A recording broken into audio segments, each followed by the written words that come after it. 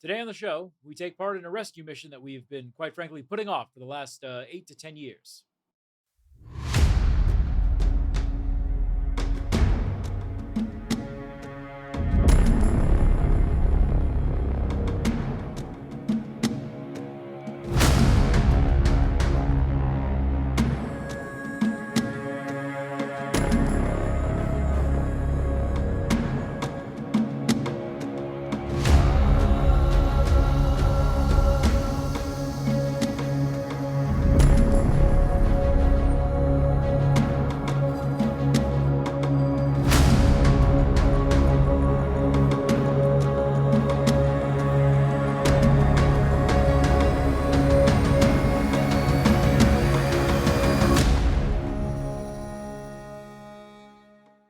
Hello there, and welcome to the Lost Cantina, the podcast that explores the stories, characters, and themes behind our favorite galaxy far, far away. So come on in, pull up a chair, and pour yourself a glass of, let's go with blue milk this time around. Oh god. Yeah, not green milk. I said blue.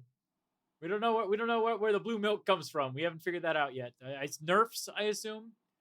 So yeah, come on and pour your favorite animal beverage of choice from the Star Wars universe and join us as we discuss episode 1 of Ahsoka. Quit your gagging over there. Did you hear that beep? I did hear the beep. No idea what that was. I've never heard that before in my life. I'm terrified. It's the Imperials coming for you. Yeah, fucking Jesus Christ. Let me go get my blaster real quick. Just keep that by me. Hold on. I'm gonna put that in the show. Jaden doesn't know, so I'm just saying this right now. He has no idea that I'm talking right now. All right, yeah. So I have no idea what the fuck that was. Where do you want to take it from? So welcome. I'm Kevin. And I'm Jaden. And today we are going to be talking about Ahsoka, episode 1. Let's go. The show that I feel like has been coming out for 25 years. Because good right? Lord. We've been kicking around talking about this show since, I think, like year 2 of Lore Party, I think. Yeah. We've just been, planning it, and it finally is here. And we got to watch it, and now we get to discuss it with all of you. I'm so excited for this because this episode, as we go into detail and stuff, you're going to find out that like the theme of this episode that we kind of like agreed upon was the feeling of connection, like connecting with others. We'll get into that, in a moment, when we go through the episode. So look out for these themes. But when it comes to Rebels, Clone Wars, just prepare yourself. We really get to take our time and just sit in that kind of world.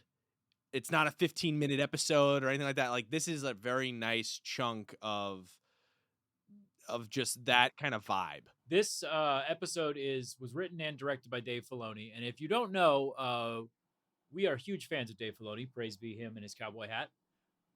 We think that at least I don't know, I might be speaking for you, Kevin, but I think he is probably the most Star Wars. Yeah, he's the one I trust the most with Star Wars besides George Lucas, because George Lucas can make mistakes. But I think Dave Filoni has figured out the correct way of what he wants to do with it. And this is just a fun way of him, like, transitioning the characters that he created for Disney and turning them into live action, which is awesome to see. Now, just to give you a heads up, if you haven't watched Star Wars Rebels, you're a fool, go watch it. But if you don't have the time to watch it, it's okay. Ahsoka still feels like a show you can watch without seeing Rebels. Yeah, and in general, if you just have seen even just Star Wars, like the prequels and the main movies, you can follow this fine.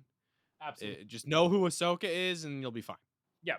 It's funny, I hate to plug another podcast here right away, but I was watching the live of Thank the Maker and their reaction, and they said it pretty well. Star Wars, we have a lot of shows and stuff made by people who love Star Wars, and this show clearly is made by not just somebody who loves Star Wars, but who is quite literally the Star Wars nerd. I would say, yeah. And it shows. It really shows. To add on to that, I saw a clip a long time ago of like Jon Favreau and Dave Filoni on like I don't know, they were on like a podcast or like a discussion show, Yeah, yeah, and yeah. they were just talking about random stuff, and then all of a sudden it just turned into a big debate between the two of them about Luke Skywalker's like beliefs, and it was the Yep. funniest thing in the world because the two of them were just like they clearly they talked about it for like 2 solid minutes, and then John Favreau just goes like, "Oh right, I'm on camera," and he was like, "You see what happens when you get us in a room together? That's what happens." And it was just really funny to watch him be like shut up, Dave. We gotta finish this fucking show. We can talk about this later. I promise. I'll call you on Skype. It's just like being in school, like at lunchtime, like just talking Yes. nerd stuff with your friend. Yeah, yeah, that's literally what it is. Speaking of talking to us, we would love to hear from our listeners. So please, if you have any ideas for future episodes or anything you want to talk about, feel free to email us at thelostcantinapod@gmail.com. We would love to hear about your ideas and your thoughts of how you think the show is going so far and how you think our show is going so far. If you want to hear from the rest of the Lore Party team, we also stream weekly on Twitch. So be sure to catch us on twitch.tv/lore_party. And of course, you're going to connect with us on Instagram and X at the Lost Cantina. You notice I hesitated there because I'm not sure if we're still calling it that or not. I I don't know. don't know, man. Look, we're gonna keep the account for a while to see how long we can make Until it, it, but until it yeah, burns to the ground. pretty much. So before we dive into all that, if you haven't, please go out and watch the first episode of Ahsoka, episode 1, Master and Apprentice on Disney Plus. And then once you're done, come on back and we'll have a great discussion of it. All right, we've warned you. Let's get started. We begin the episode in the perfect Star Wars fashion, a crawl, but this one was a little different. Instead of going, it was like a weird, like instead of fading the way it normally does, it just kind of like scrolled a little bit. It was cool because it was like you're reading the book. So for those who don't know, this story for Ahsoka is based on Heir to the Empire, which is a Yes. book. And the crawl coming up, it wasn't in the middle of the screen, it was off to the side, almost like reading the intro or the back of a book. So I thought that was really cool. And it wasn't yellow. This Yeah, shit was it was red. red. Which, and yeah, before we, I guess we should talk about that too. Before we go any further, Heir to the Empire is a good book to read if you want to get an idea of what's going to happen. However, we've already seen things from Heir to the Empire can't really be adapted one for one. You know, there are certain characters that Mhm. don't Mhm. exist. Yep. Cough, cough. Jason and Jaina Solo. They've now been replaced with Ben Mhm. Solo. So, I mean, there's still kind of a way to make it work, but I don't think they're going to do it that way. But that being said, it's a fantastic book and you should read it. We get kind of a brief history lesson, like in the beginning of the episode, of like who Thrawn is and how he's like no longer, you know, he's presumed he's in exile. They don't think he's dead. They thought he was dead, but now they're his true believers are believing that he's still alive. And Ahsoka is trying to find a map that a prisoner that she fought in the episode of Mandalorian, Morgan Elsbeth, told her about. And they both believe that it will lead them to Thrawn. But we get the feeling that Ahsoka might not just be looking for Thrawn, which we'll get to that in a minute. Mhm. And after that, we see a rebel ship coming into frame, which right away, it's going to be a lot of pausing for me. A lot of pausing. I'm sorry. This ship is actually an old canon ship that has been brought back in to the new canon. It was originally a torpedo boat. It was a ship that you could get in Star Wars Empire at War. It was the special ship in the DLC of Empire at War. There was a torpedo boat that literally just fired proton torpedoes, and it was so cool that they repurposed it and brought it back in here. I thought it was really cool that it felt like the original Star Wars when you see the Star Destroyer following the Alderaan ship in the first episode, and kind of how like a lot of the original Star Wars movies felt, you know, with it starts with this giant ship flying into frame, and it literally felt like the first movie. Yes, I absolutely. loved it. I loved it. So after you see this ship, we go to the bridge as Captain Hale, who has clearly been around for a hot minute. He's alerted to another ship entering their sector. And the ship uses, when he asks, like, let's figure out who this is, the ship is using an old Jedi code. And it requests to come on board and speak to the prisoner. And that's already fishy, or just a random ship showing Yep. up because they thought it was somebody else, and then clearly it's not who they were expecting. So he's already like super sus. He's like, wait a minute, hold on a second. And right off the bat, he's like, nah. He knows that the Jedi are pretty much very much gone. So this high value prisoner that they're like already transporting, he's like, ooh, what? Like, he's like, they're not even fucking trying. Like, this is weird. And so he's like, all right, I'm gonna call their bluff. And I will tell you, this is just a grave mistake. But he just is like, I'll call their bluff. Let them on the ship. And he decides to just like let him go. Like, wow, what? I think that's the dumbest thing. I'm sorry, but it was like, wait a minute, hold on. I think honestly, it was one of those things where like he just thought, oh well, because here's the thing.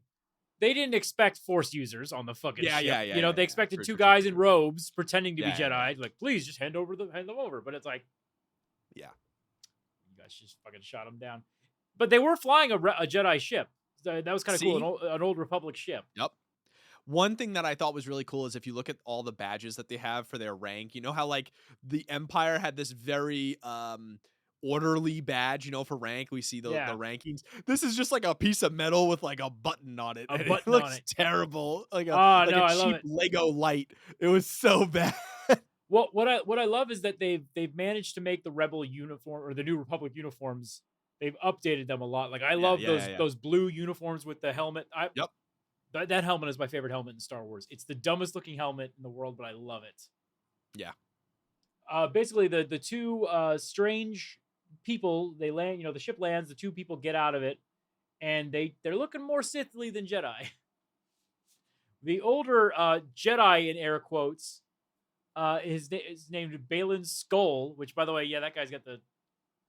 I love Star Wars because they always find like creepy names for everything. It's great. Bad guys will always be named bad guy things.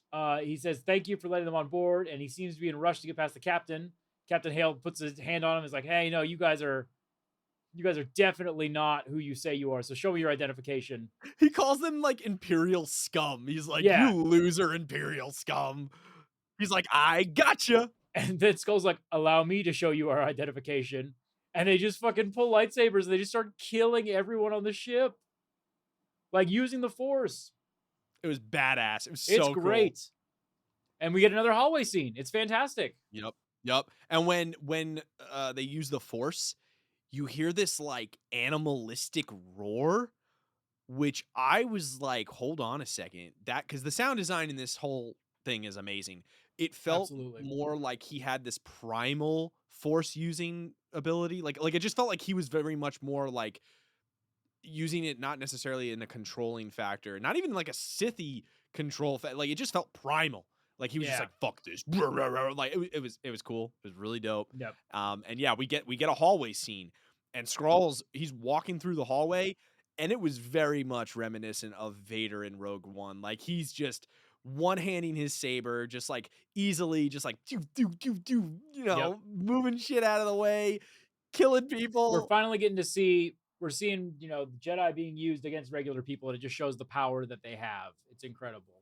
It was so badass. Like I was hooked right away. Then he opens the cell in the hallway using the force, which Yep. is so funny to me because you always had like Jedi using the droids to open the doors. Like, come on, R2, open the droid. And he's just like, whatever, force. Well, I mean, they couldn't see it. I feel like the Force is very much like you have to see it to be able to interact with it. I guess. He opens it and Morgan Elsbeth is there. He lets her free and we find out he's a mercenary. He says, I'm paid, plenty of money or whatever. I'm paid enough to do this. You pay me enough to save you. Yeah, pretty much. And she says, all right, the map, I told somebody where it is. We're going to go find them. And he's like, who? And she's like, AHSOKA.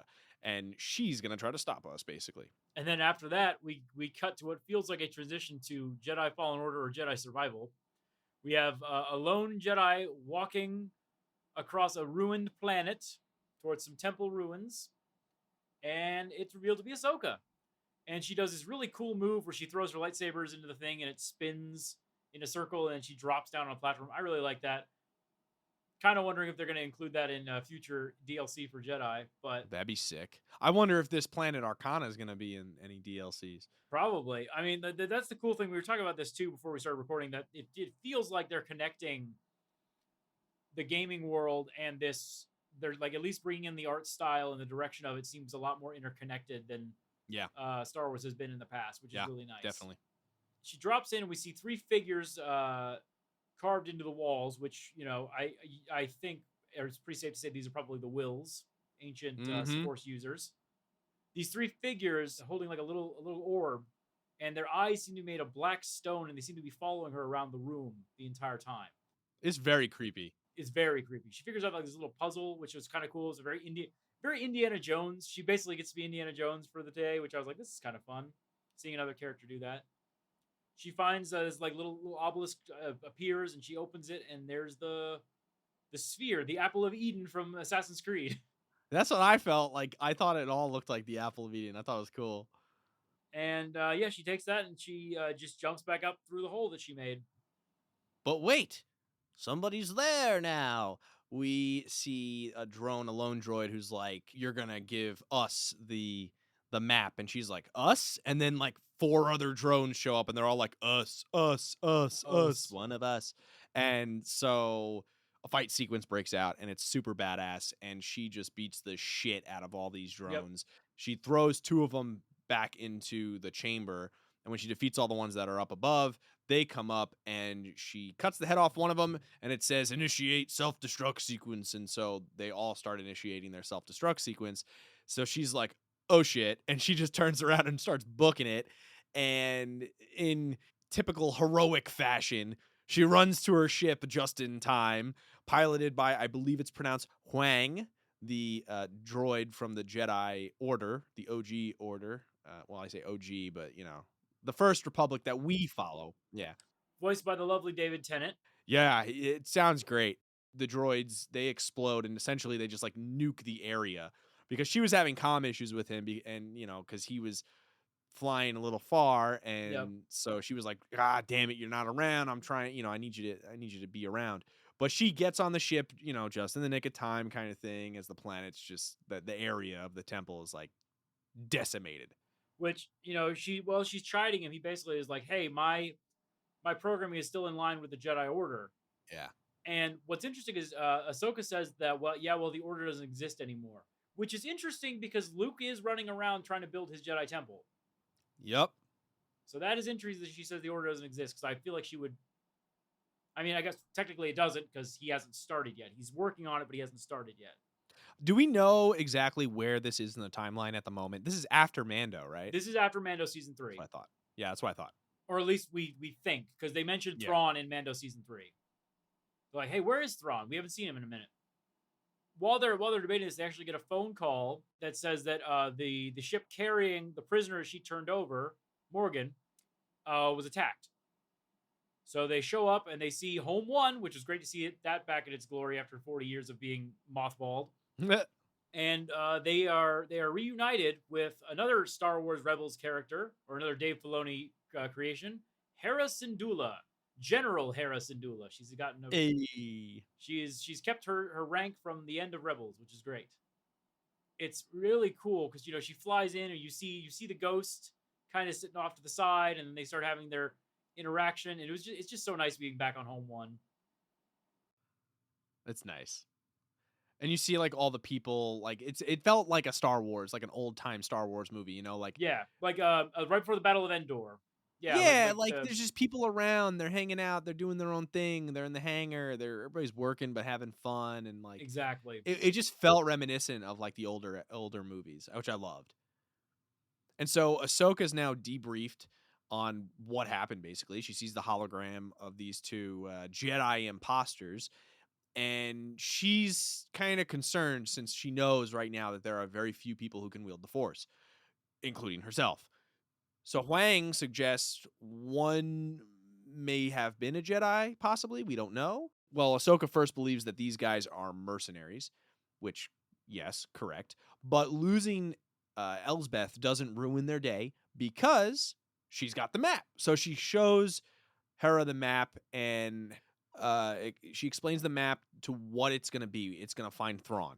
And she's kind of like, wait a minute. It's kind of like, wait, Thrawn's dead. Like no, like this is not a thing. And she's like, well, actually, and Ahsoka explains that she's been, dealing with people that think that he's alive. And so she's like, the map's real. So what do you think? And then they realize, well, this might mean that Ezra's alive, who, if you haven't watched Rebels, Ezra sacrifices himself to save pretty much everybody. Yep. And gets his shit rocked. And Ezra was like a big chunk of their team, like a big emotional chunk. Ezra Yeah. and Thrawn both vanish at the same time, unbeknownst to the rest of the galaxy. They both disappeared at the same time. Everybody kind of noticed that Thrawn disappeared. Nobody really noticed that Ezra disappeared. Yeah. And the problem now though is also with this situation is they need to open the map and they don't know how to do it. They're both of them are kind of looking at it like, well, shit, what is it? And Hera suggests contacting Sabine, who is Ahsoka's old apprentice in Rebels, but they kind of had, like a falling out just a little bit. And Ahsoka's like just kind of staring at her like, I don't know about that. Remember when we said earlier this is kind of a fun live action version of Rebels? We get to see Lothal in live action. Unironically, Lothal is probably one of my favorite planets in Star Wars, just because of how much. Very rarely do we get to see a planet actually in development. Star Wars is very much like, I don't know, planets are like speed bumps on the journey. Yeah. There's kind of like Yeah. pit stops. You're like, oh, hey, here's. Whereas with Lothal, like you grew to love it in the show. So we get to see live action Lothal in all of its glory. It's been finally built up the way that it should be. And we actually get to see Clancy Brown play a live action Ryder Azadi, which is so cool. He did the voice in Rebels, and he actually looks enough like the character that they've made him the live action version. And this is actually his second appearance in live action Star Wars, because he was one of the mercenaries in Mandalorian when they were breaking out the prisoners. Yep. His voice is great too. Like I know him as Lex Luthor as like my main thing. When I hear his voice, I think of that in my brain. But he's so good, and just seeing him in live action is just, it's great. I love anything he's in. I'm always hooked. He's giving a speech about a memorial commemorating the sacrifice that was made by Ezra and the crew of the Ghost. And he's like, and you know what? I have a special treat for you, audience. I have one of those crew members here now, Sabine. She's not there. And it was great because he was just like, where the hell is she? And he fucking calls security on her. Yeah. He's like, yo, where is this chick? Because I ain't about this life. Now I look like a dummy. He's like, I'm unveiling the mural that she painted. Where is she? Well, where is she? Well, she's leaving the city. we go from the mural that was made, and then all of a sudden it's her on a speeder booking it to this badass like rock music. I mean, it was awesome. I love it when Star Wars takes shows like the Star Wars take on music genres. Like the rock music was so freaking good. It was so good. The music was great. I loved it. And she's listening to it. It's not like we're just like getting like she's clearly listening to it, because she lowers it when the two security ships show up and are like, hey. Which, by the way, those security ships were flying an old canon version of ship called an E-Wing, which were originally supposed to replace the X-Wings, which is so cool to see them getting developed and getting screen time. I love it. My little Easter egg loving heart. You are like the biggest ship nerd. Like, I am, think you dude. like ships more than anything. I do. Fucking, which is why it's so funny that like episode 9 did nothing for me, because I was like, that was a ship fucking smorgasbord, and I didn't care. Oh shit. So anyway, yeah, they're like, hey, can you pull over? We license registration. The boss needs you. Like, yeah, when it's funny because like these guys, they know her. Like she's Yeah. a commander in the Rebel Alliance, so like she's their boss, and they're like, hey, the governor needs you back at this thing, and she's like, make me, bitch. And they're like, yeah, she's like, nah, homie, this ain't about it. Like, fuck, like we're trying to do our job. One of them pulls down the road in front of her, and she just doesn't stop. She just keeps going. She just like turns off her comm and just keeps going. And they're like, hey, you gonna crash? Hey. And she just like does this like trick shot like under the ship and just keeps going and goes back to her home. She lives in an old communications tower. And they're just like, all right, never mind. Just let her go. Like, I give up. And what's really cool is we see her being greeted by her Loth cat, which is definitely not a real cat wrapped in green screen green suit, because well, no, it was a puppet. I don't know, man. They mixed it. There was a mixture of CGI and puppet, because like there's a couple of shots there where it was just like it just kept doing like a weird like head nod thing. I love practical effects so I know much, it and looks I so love that they keep good. doing it. It's awesome. Well, It because was that's great. Star Wars. It was Star really Wars cool. is puppets. Star Wars is definitely like you Yes. can mix some Yes. CGI in there, but the creatures should be puppets. I agree. 100% I agree. Now, we get to see her feed her cat and space cat. That's what I like to call him. But she gets to feed her cat and we see her Mandalorian gear in a shot underneath the table, just shoved under a table, just like I shove all the plastic bags under my sink. Just shoved under there. Which like the Uh plastic bags in their sink, you put them there until they are needed. The armor is exactly, there until it is exactly. needed. So she opens up a box. It's kind of like a rebel memorabilia box that she has. All her little awards and stuff, first place trophies and stuff. She opens up this box and we see her bring out a little message beacon thingy card, if you will. And it's a message from Ezra. And it's cute and it's sad.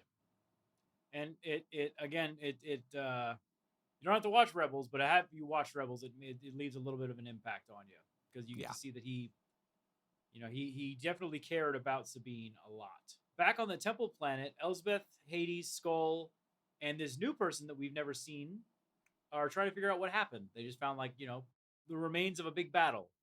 Hades finds out that the temple was created by the ancestors of Elsbeth, who are none other than the Night Sisters of Dathomir, which is really kind of cool. It ties it in that Elsbeth is a Night Sister, which is awesome because we finally get to see them in live action too.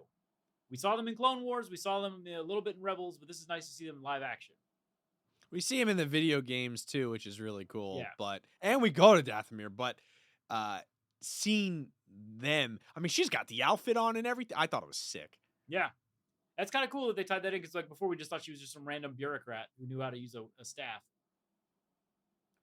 Hades seems to not trust her, and it's really kind of funny because I think it's just more she just knew she knows the Night Sister's reputation. You're a It's like witch. you're a dark Jedi lady. Like you don't have room to judge. Yeah. You are pretty dressed much. like a serial killer. And Elsbeth sends Hades to Lothal because she knows that if Ahsoka is looking for someone to help decode the map, she's gonna go to Lothal because she has a big connection there. That's kind of Ahsoka's base. Back on Lothal, Sabine is being terrorized by her memories. She's dreaming and you can hear all the different quotes and stuff. And she's just not in a good headspace. And wakes up and all of a sudden she's getting a call that Ahsoka is showing up. So she greets everyone. She goes to the hangar area and greets everyone. And you could say it was awkward. It's Yep. a very awkward meeting. Um, Azadi tells her that she's gonna want to listen to what Ahsoka, you're gonna want to hear what she has to say because that's a big deal. And to lead with the conversation, Ahsoka says that she thinks. Now I find this very interesting. She thinks that she knows how to find Ezra. And the look on Sabine's face is like, oh, awesome, great, this is awesome. Yep. And I kind of felt like the reason she said this, instead of saying Thrawn's stuff, was that she knows that Ezra is going to be much more of a priority to Sabine than Thrawn. She knows how to. I don't want to say manipulate because you're absolutely right. She knows that Sabine won't really care as much for stopping some ancient dead admiral versus saving her friend. And I think she's Yeah. manipulating her a little bit to try to get what she actually wants. Not in a bad way, just kind of Yeah. being like, hey, you get what you want, which is Ezra back, and I get what I want, which is to stab Thrawn many times. I mean, I felt more like it did feel manipulative, but it also felt like Quid pro quo. conversation guiding. Yeah. Like, it was just like, I'm going to say the thing to make you interested in this, and then we can focus on all of it. Yep. I like Yeah. that. They go back to the ship, and Sabine starts looking around, and she starts to notice where her where her bunk was, all of the memories of being Ahsoka's apprentice are starting to come back. Ahsoka finally is like, all right, by the way, the reason that I had to go find this thing is because our enemies are seeking Thrawn. He's like, do you think you can decode it? And Sabine's like, I don't really know. Do you have a scan of the temple? because she's taking it from an artistic perspective. They're kind of Mhm. using the Mhm. art, which is very interesting because if you're a fan of Thrawn, you know he is also a fan of artwork, and that's how he operates. So it's kind of cool seeing the parallels between Sabine and Thrawn, and I'm hoping that'll come into play in the future events. Like maybe Thrawn will see her as an equal or an opponent. That would be kind of cool to watch him maybe manipulate her through artwork. That'd be kind of fun. While they're doing that, Juan gets an update for Ahsoka from the lightsabers. He was told to analyze the lightsabers, and he brings them in. And I think it's kind of cool to watch him be like, "Hey, these these things are dangerous. Like these guys, we got to figure out what's going on with these. So let's scan these. And I have a big news for you." And what's really cool is at first, Ahsoka's like, "Nah, I don't. Never. We'll wait a second on this, because Sabine wants to take the map, right? Sabine's like, let me take the map to somewhere where I can focus properly. Like, I got the scans of the temple, I got the scans of the room you got it in. Let me leave and take the map with me, and I'm gonna do my thing." And Ahsoka's very much like, no, no, too dangerous. Map stays here. No, no, no, no, no. And she's like, this is more important than just finding Ezra. And she's like, yeah, duh, I know, but like, I want to be able to focus. I can't focus here. And Yep. then Juan comes in and is like, I have an update. And of course Ahsoka's like, not now. And Yeah. then and then Sabine's like, actually, no, it's fine. So she goes back. Ahsoka's like fucking creative types. I know, right? I mean, hey, technically this droid is a creative type too, making Yeah. lightsabers and shit. And basically she finds out that they're they are mercenaries. She knows she's definitely right on that one. And they come to the conclusion that the sabers were definitely created by the Jedi training that was given out. And one of them is owned by Skrull. So Skrull has a specific lightsaber that this droid remembers making, like remembers the person making it. So we know, all right. So the thing about him is that he remembers every single Yep, lightsaber ever created under his tutelage. exactly. From the first Jedi that he ever worked with to Yoda to Anakin Skywalker to Obi-Wan Kenobi. He knows all of their lightsabers and appearances, and he catalogs all of them. Because Yep. in its own way, lightsaber construction is its own art form. So he helps to inspire other Jedi by showing them what the Jedi of the past have created. And so now we realize the whole master and apprentice situation, which we know is all too familiar. So Ahsoka comes back, and shockingly, Sabine has left with the map. What? Really? Oh my Yeah, god. right? No. Who would have thought? No. She's like freaking type 2 personalities. She's being tracked by Haiti. We actually get a really cool episode 1 shot of like a scouting droid coming back and like spotting her as she's leaving. It's really fun. I love it. It reminded me of Maul. Like I said, Oh yeah, it was episode definitely, one you got stuff in Maul here. Yeah. vibes from her. Yeah. Yeah. Yeah. So Sabine goes back to her comms tower, which was originally Ezra's comms tower. Again, little, you know, cameos or connections. I love that. And Ahsoka is actually speaking to Hera via hologram about how maybe it was a mistake, while Hera thinks it's actually the best chance that they have. You know, they talk about the complicated relationship that Ahsoka has with Sabine. And it's kind of funny because Hera kind of goes like, well, hey, you had a complication with your master too. You can't really fault her for this. It's kind of a thing. It's a family tradition at this point. Mm-hmm. And Ahsoka, it kind of dawns on her that like she's kind of been running away from everybody. She walked away from the Jedi Order. She walked away from Anakin Skywalker. And now she's also walked away from Sabine. When things get too tough for her, she seems to walk away from them. And that's a realization that like she always puts on the persona of being a tough warrior, but she's realizing more and more is that she's been walking away from the people and things that are important to her. That's not a great trait to have. No. No. No. So back to our Star Wars video game sequences here.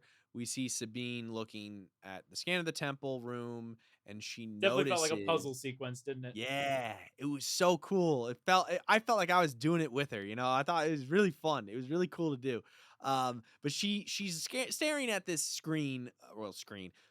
she's staring at this hologram of the temple room, and she highlights the three figures, and she's just kind of sitting there, and she's like, three figures, three faces, and then this like triad, like infinity symbol kind of shows up on the floor. That's what's on the floor, and she realizes, wait a minute. She starts moving the pieces around on the Yep. map, the little orb, and she realizes that the symbol is kind of the key, and boom, she opens it right away. It's like not even trying. She just Yep. figures out this giant, supposed to be It's because she really studied hard the art, ancient. Kevin. She Yeah, studied the art. this is supposed to be like this ancient, really hard to figure out, thousands of year old Rubik's cube, but it's like an orb. So she figures Rubik's it out like sphere. right away. Yeah, she just is like, oh, there you go. And as soon as she opens it, she sees the orb, which is the main Star Wars galaxy. It becomes the center of it. And then all of a sudden it like lights up and a little line goes out, and she sees another galaxy. And she's like, hold on a second. And so she walks outside and she kind of looks at the stars, and she's like, I guess I'm going on a trip. And then all of a sudden her cat hisses and she's attacked by droids. The ambush. Who would have known? Which I love it. These are we find out later what they're called, but these are like these really cool like Magna Guard looking assassin droids, and Yeah. I love seeing their skills. They're badass. Like they're really cool. They're really cool. And they're very much with it, because one of them goes into her room, not only steals the map, but shoots all of her comm and hollow recording equipment. So she's Yes. not going to have all this information anymore. Brilliant. Which is awesome.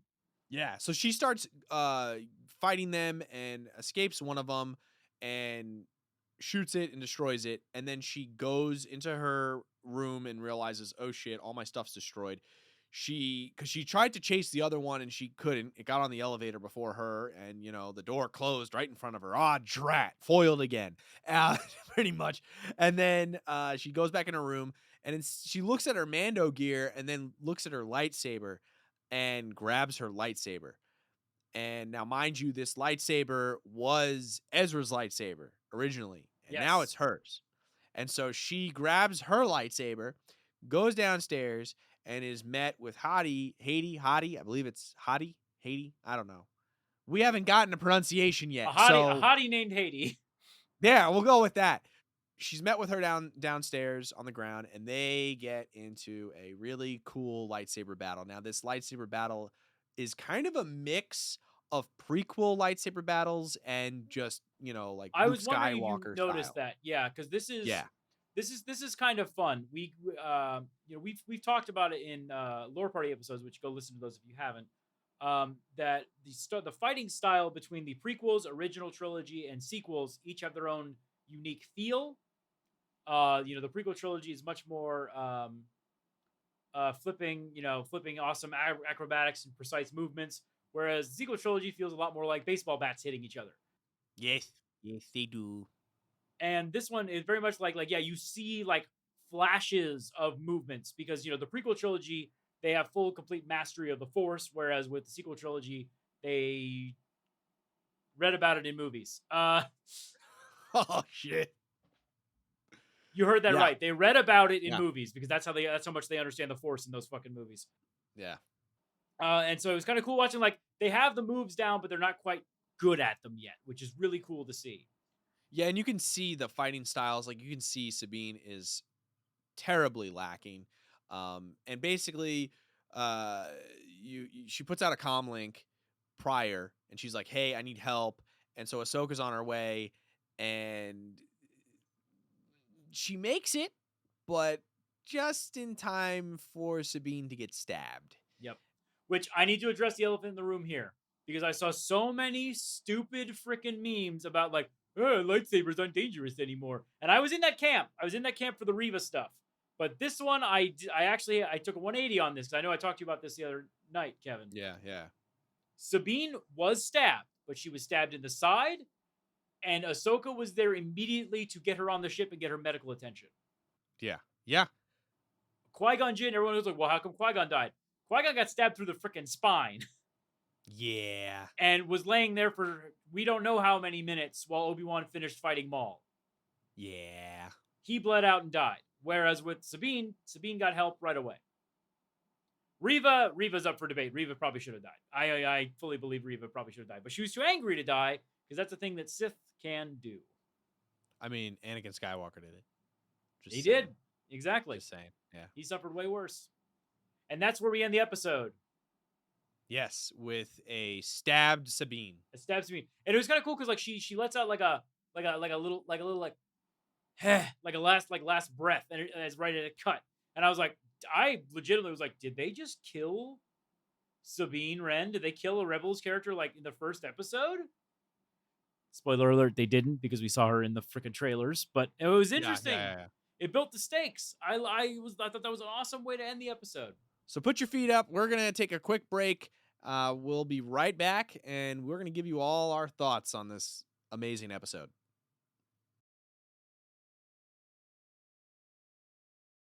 All right. So overall thoughts. I'm just gonna say it.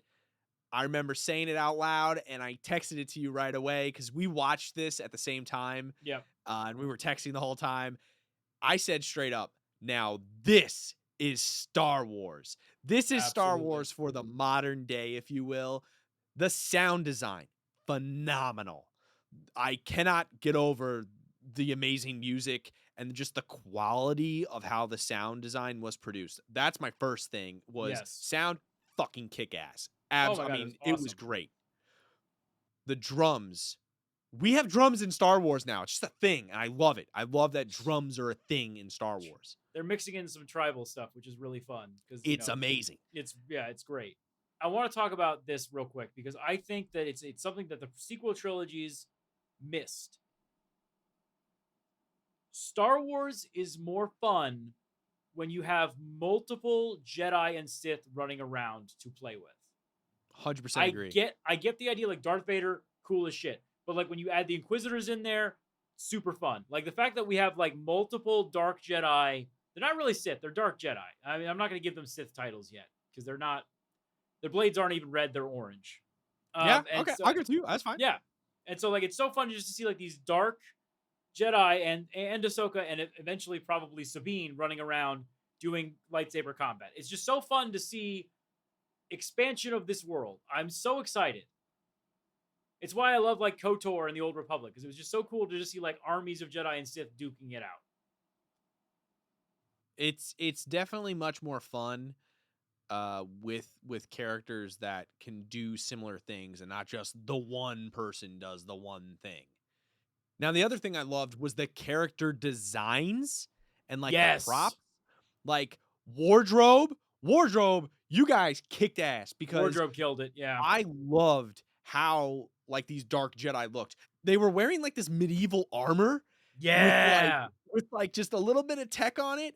And it felt very Old Republic. Like I have a Sith Juggernaut in the Old Republic that has a robe, but also has like this like weird medieval style outfit underneath it. And it looked so cool, and they looked awesome. They looked so cool. I was totally for it. They looked something literally out of like just like old Star Wars. It felt, I don't know. It felt really cool. And I think Hottie, she is menacing as fuck. She barely talks and just gets down to business, and she's kind of scary. I love it. And Skull is just massive. I mean, massive. He's 6'3". Yep. So you got that height going for you, but just his presence on screen is very much just like he is a presence on screen. Such a shame that we lost him. We lost him too soon. If those of you don't know, the actor playing Skull passed away, unfortunately, a couple of months before the show aired. Ray Stevenson was a badass. Yes. As an actor, he was a badass. Like he had these amazing roles, and I think this is a great role. Like I get why he was cast as this, because he just commands the scene when he's in it. Like I want him to talk. I want to know what's going on in his head. Like it amazing character, amazing like choice But yeah, Ray Stevenson was this just commanding presence. I think honestly that this was a great introductory episode. I think it gives you an intriguing new angle for Star Wars. You know, Mandalorian has its own charm. Book of Boba Fett has its own charm. This one has like a great mystery element to it. Like the thing like people always like talk about like the one I have to compare it to is Andor, because Andor Yeah, just hit the ground running. Andor was just so good, but like you understand that like the character of Andor would not work in Ahsoka.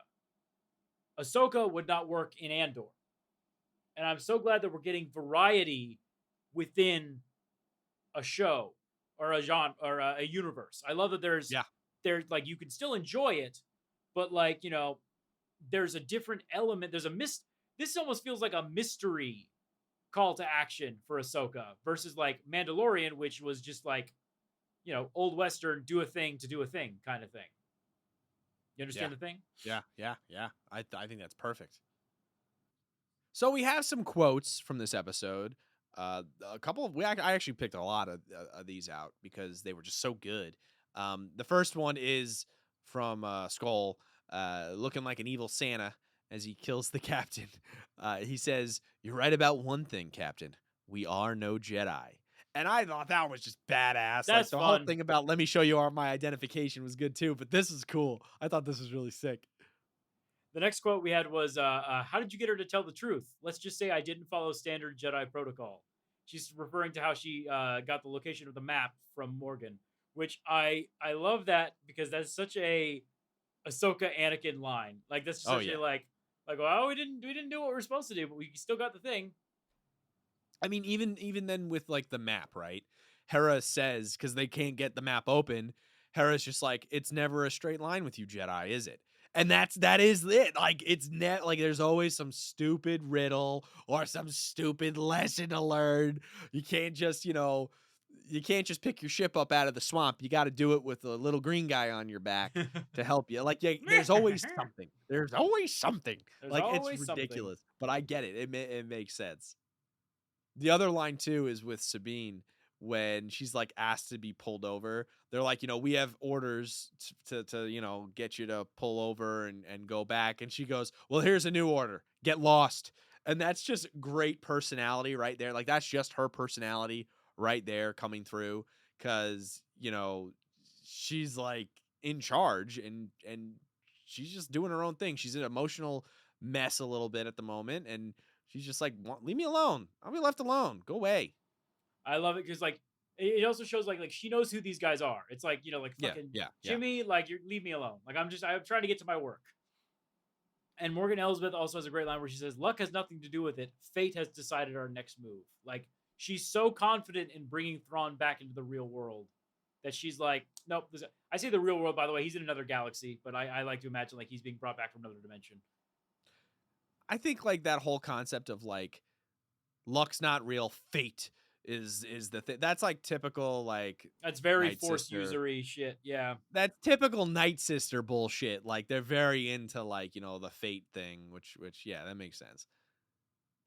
And then I thought was really funny when Sabine greets everybody. She looks at Huang and she's just like, "Hello, still in one piece?" And he's like, "Oh yes, and still 75% original parts."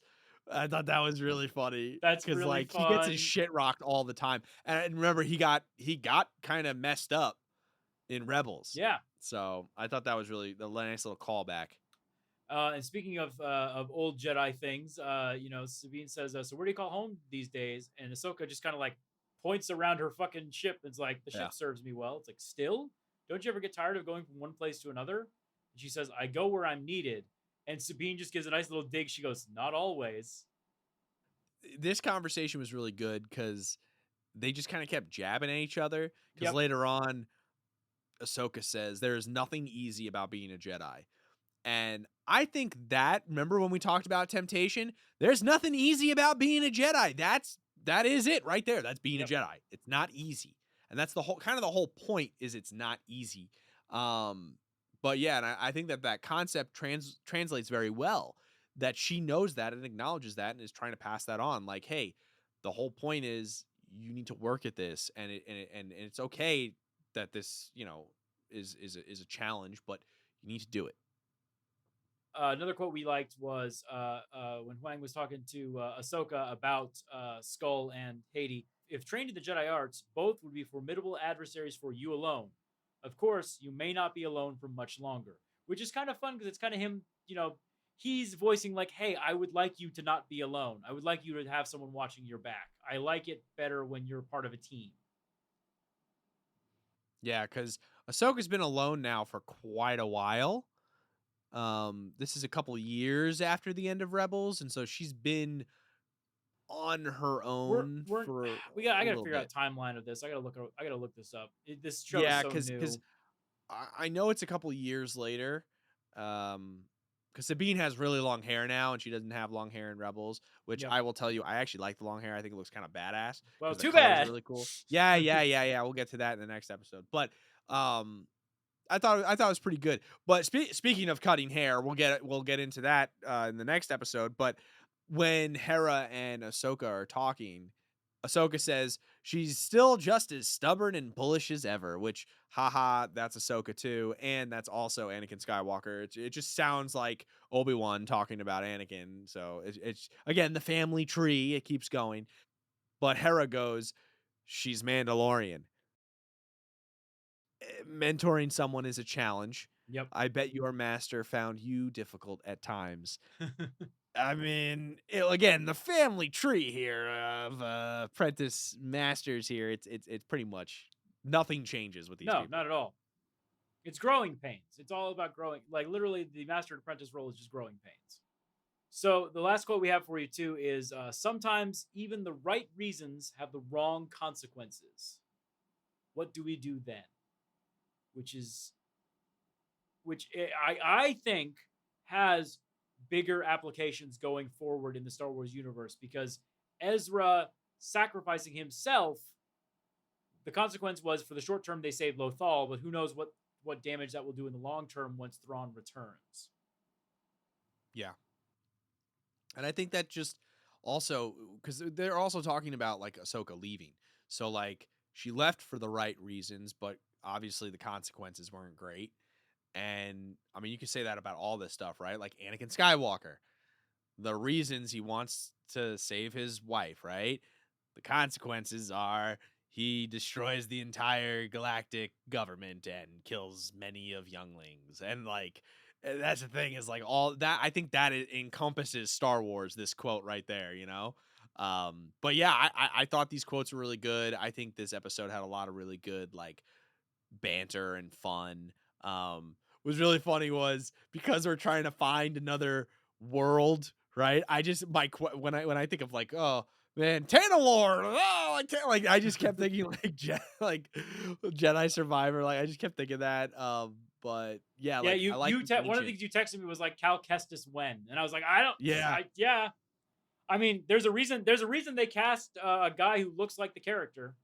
There's a reason they modeled it after him because it's gonna happen. it felt very so the games feel really great when it comes to like all the ancient stuff and like exploring the world and the lore and like the old Republic stuff. And I think that that's we're kind of getting toward, like not necessarily Old Republic, but like old Star Wars. Maybe Old Republic time. It feels really cool and exciting to explore. It's all new, essentially new stuff, new territory. And I'm having a blast with it so far. And I'm not Yep. trying to just say like, be a fanboy, but I thought it was I thought it was fun. It was just fun. I think this is just a great. I think everything came across great. This first episode was great. We'll talk about the second episode next time, but second episode, just a spoiler alert and preview, was also quite good. I enjoyed it a lot. Yes, it did feel like one long movie. If you watch them right back to back, it just It feels like a did, long yeah, movie, which is great. I'm not complaining. Like the Soka movie, just same thing yeah, with like Andor. The first 3 episodes felt like an Andor mini movie, yep, so very similar. But I will leave this episode with saying that this episode, if you really watch and pay attention, this was you texted me this. This was ran by female leads. The yep. whole thing was pretty much female lead characters, and I thought it was awesome. I thought they did a great job. I I think I texted you, and then your first response I think was just like I didn't even notice, and I was like, yeah, Yeah. that's good. That's the point. And I think it was great. I think I'm not sure that there's a lot of the Ghost crew is either spoiler alert dead or not in the right spot to fill it out. But I'm hoping we'll get more reunions as the show goes on. But I think honestly, I think that this was a great way to portray female characters in the Star Wars universe. You know, there's always been a lot of talk of the dreaded Mary Sue conversation, but I think this was a very well done episode, and I think this was a very well done introduction for these characters and just showing their abilities and their competencies and their command presence. And I think the show is fantastic, and I think they did a great job of not making anyone feel too forced to be in the room, and I really like that. I think I don't know if this passes the Bechdel test, but we should. I don't think it does. They talk about Ezra. Yeah, but like, is she in love with him, or is it just like because he even says like you're like my sister in the message. Yeah. So like, I think it does. Yeah.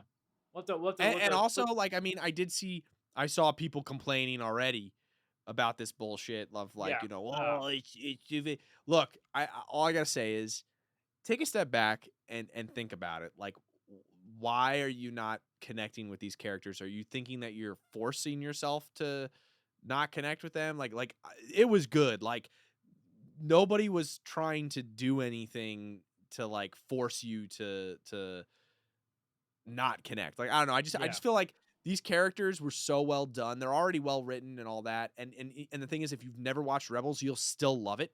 Which is very hard to do because this is a direct sequel series to Rebels. But like, if you haven't watched, like I've watched this episode twice now, and I watched it, you know, from my fanboy perspective, and then I watched it from perspective of like, because my parents love Star Wars, but they'd never seen Rebels. So I was like, they asked me, am I going to be confused? And I was like, no, because the show is so well done.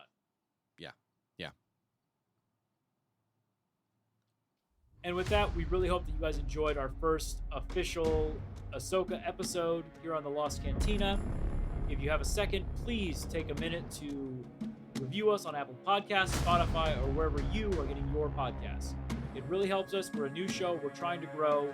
Please, if you know someone who loves Star Wars, please give them a link. We would really appreciate it. Be sure to connect with us on Instagram and Twitter at The Lost Cantina. Sorry, at X at The Lost Cantina. Thank you so much for listening. May the Force be with you, and we will catch you on the next one.